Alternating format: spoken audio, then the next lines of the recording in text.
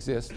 And most interestingly, because we tend to forget this, it's also extraordinarily immature in its political philosophy. The reason for the political success is that it has joined at the hip the idea that marketplace freedoms and political liberties necessarily have to move in tandem. And so that any restriction on marketplace freedom or any introduction of complementary work by government to round out the marketplace is necessarily a restriction of political liberties. That is a false and juvenile political philosophy. You can have a vibrant and functioning democracy in a world that has much more constrained ideas of the utility of the private markets and a much higher estimation in turn of what public markets, what the public sector can do.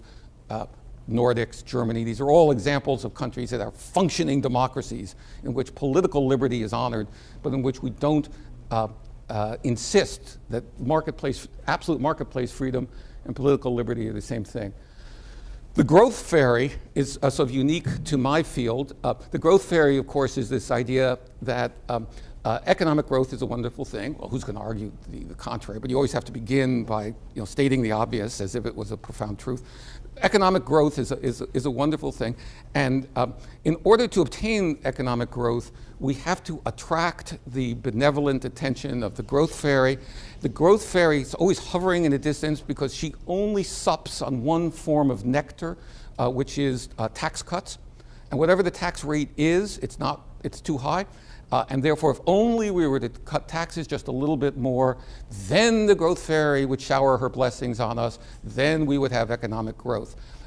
And there are many, many shortcomings to the growth fairy mythology, one of the many of which that's directly relevant here is that it overlooks the returns to the spending that must be cut in order to obtain the tax cuts that it purports to drive the future.